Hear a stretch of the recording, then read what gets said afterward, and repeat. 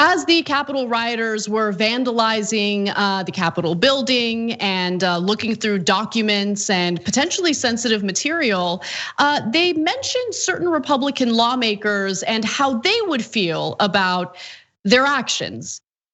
Now let's take a quick look at what they had to say. This is new video that was released over the weekend and talk about what could happen moving forward when it comes to these Republican lawmakers. We are war, okay? You have to understand it's an IO war. We can't lose the IO war. We're better than that. Yeah. Okay? Information operation.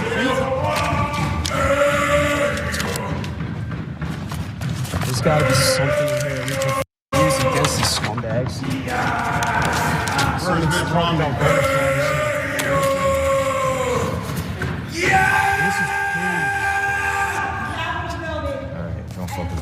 He's a good one. Him and Wall or whatever. Cruz, I think Cruz would want us to do this, so yeah, absolutely. I think we're good. Okay, I think Cruz would want us to do this. So they're mentioning specific Republican lawmakers there, specifically Ted Cruz. I want to give the photographer who was photographing the QAnon shaman a lot of credit for keeping his composure as that lunatic was screaming at the top of his lungs. But Ryan, I wanted to get your take on some of the footage that's being released. You know, there's a lot of footage that's being looked through by the FBI. But Ted Cruz, I mean, he's certainly engaged in enabling Donald Trump's lies and deceptions about the election, and that provoked these riots. He did, and he had an opportunity.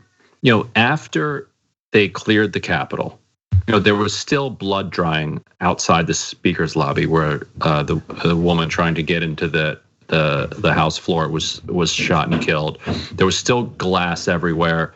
It was quite. You could still sense that what had happened in the moments before.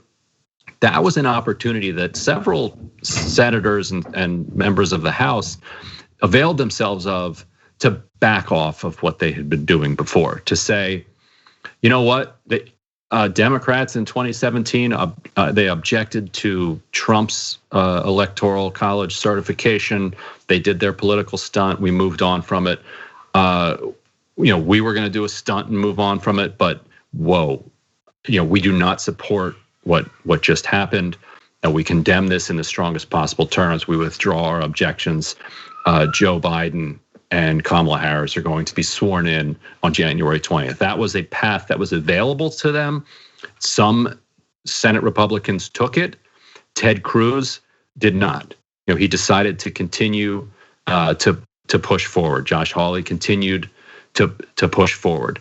That was the moment where they could have gotten this unity that they say that they're pining for. Because everyone is feeling traumatized at that moment because they've gone through this incredibly traumatizing, near-death experience. So the mob, if they had gone right off of that one stairwell, would have gotten into the Senate while the senators and while Mike Pence were still in there. Now, I don't think they would have killed them. We don't know. We don't know where it would have gone. We don't know if the Capitol Police at that point start opening fire and people fire back at them. We don't know what kind of trauma that leads to. But it was so raw at that moment that it created an opportunity for people like Cruz and Hawley. If they wanted to start a healing process, that was the opportunity. Instead, they pushed forward like nothing had changed from 6-7 hours earlier. That people hadn't just died in the Capitol, fighting for the thing that they were fighting for, rifling through their papers saying Ted Cruz would be good with this. We're good. And so when they forewent that, then they, It's just so shameful. And, Ted Cruz is especially embarrassing given all of the insults that Trump threw in his direction, during the 2016 Republican primary, referring to his dad as a serial murderer, referring to his wife as ugly. And, he ended up serving as one of Trump's top bootlickers throughout his presidency.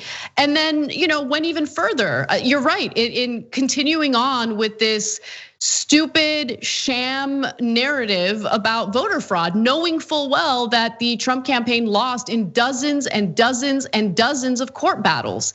He knew what he was doing, and even after that violent riot, he decided to continue on with it.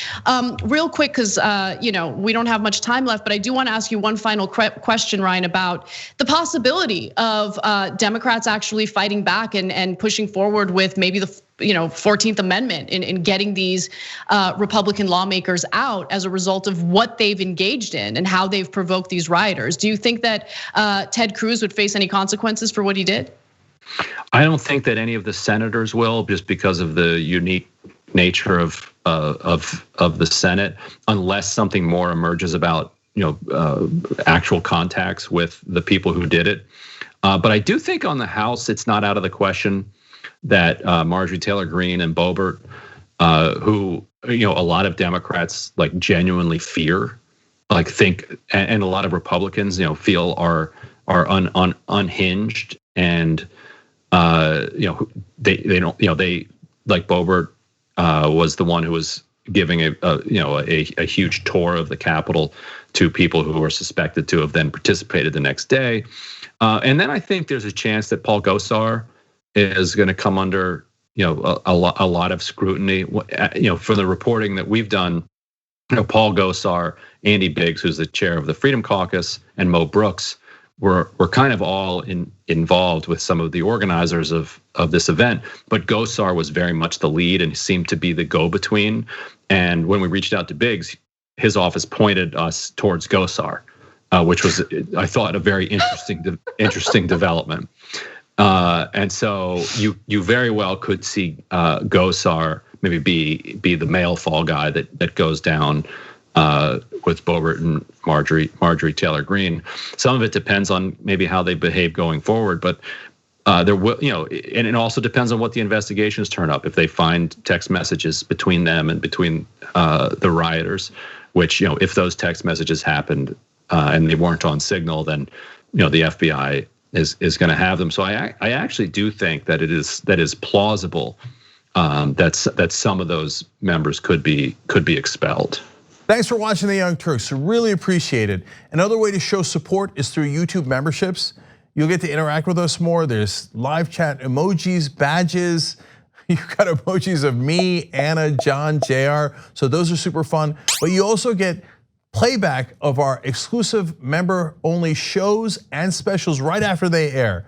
So all of that, all you gotta do is click that join button right underneath the video. Thank you.